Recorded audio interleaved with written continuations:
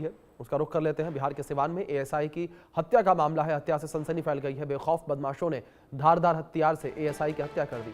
हत्या के बाद एएसआई के शव को सुनसान इलाके में फेंक दिया है और दरंदाह थाने में तैनात थे एएसआई अनिरुद्ध कुमार और अपराधियों की तलाश में पुलिस की टीम छापेमारी कर रही है। सिरसा नवका टोला में एएसआई अनिरुद्ध का शव मिला है। धारदार हथियार से हमला किया गया था और अब पुलिस मामले को लेकर जांच पड़ताल कर रही है। हमारे सहयोगी रितेश मिश्रा लगातार हमारे साथ बने हैं, उनका रुख करेंगे। रितेश, अभी जंगलराज का जिस तरीके से जिक्र आप कर रहे थे, ऐसे में कानून व्यवस्था को लेकर तो नीतीश कुमार के ऊपर भी बड़े सवाल उठते रहे हैं और अब चुनाव के बीच जिस तरीके से एएसआई की हत्या कर दी गई, ये एक बड़ा मुद्दा बन सकता है।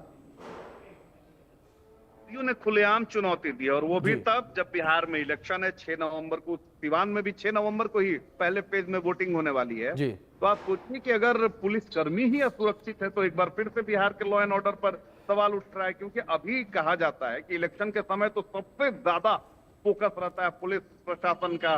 न सिर्फ बिहार पुलिस को जिम्मा है बल्कि सेंट्रल फोर्सेस ने भी जिम्मेदारी संभाली है और चौक चौराहों पर निगहबानी है, हर जगह जो है वो पहरेदारी है, चेकिंग हो रही है। उसके बावजूद एक एएसआई की निर्मम हत्या कर दी जाती है, उसके शव को दूर फेंक दिया जाता है। तो लॉ एंड ऑर्डर पर बड़ा सवाल है। आप अमित शाह उसी इलाके में आप जाते हैं और कहते हैं कि शहाबुद्दीन के बेटे को टिकट क्यों मिलता है, लेकिन बिहार में आप ही की सरकार है और वहां पर जब पुलिसकर्मी की हत्या हो जाती है तो फिर इस पर भी बीजेपी के लोगों को जवाब देना चाहिए, क्योंकि जिम्मेदारी जवाबदेही उन्हीं की है।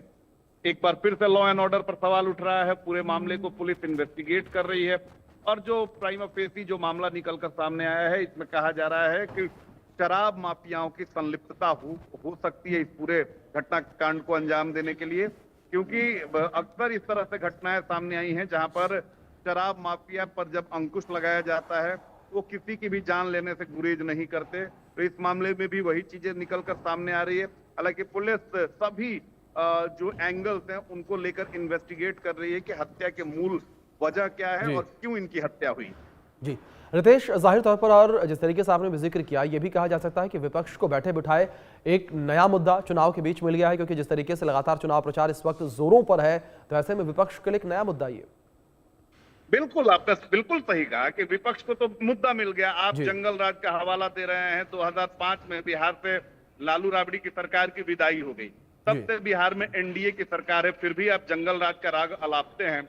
और आप ही की सरकार है, सेंटर में भी आपकी सरकार, बिहार में भी आपकी सरकार। अभी बिहार में इलेक्शन है, सेंट्रल फोर्सेस से लेकर बिहार फोर्स ने पूरा जो जिम्मा है वो संभाला है, सुरक्षा के दावे किए जा रहे हैं। और ऐसे में अगर एएसआई की हत्या होती है, पुलिसकर्मी की हत्या होती है, तो लॉ एंड ऑर्डर पर गंभीर सवाल है और इसको विपक्ष पूरी तरीके से कैच करेगा।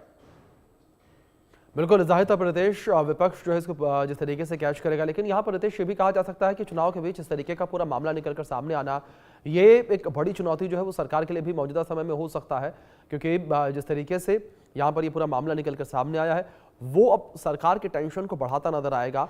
और इस वक्त जिस तरीके से यहाँ पर एनडीए नीतीश कुमार लोगों के बीच जाकर बिल्कुल देखिए कि जी लॉ एंड ऑर्डर पर गंभीर सवाल है। इलेक्शन ईयर है, 6 नवंबर को पहले पेज की वोटिंग है, उसी इलाके में वोटिंग है।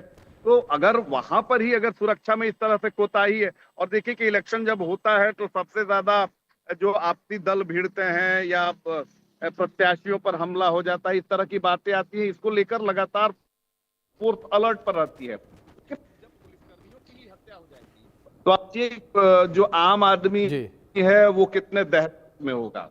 और इलेक्शन के समय में अगर इस तरह से वारदातें निकलकर सामने आएंगी, बिल्कुल रितेश, अब देखने वाली बात यहाँ पर यही हो गई कि किस तरीके से सरकार की एनडीए की मुश्किलें बढ़ती हैं चुनाव के बीच इस घटना के बाद। बहुत शुक्रिया फिलहाल जुड़ने के लिए और जानकारियों के लिए।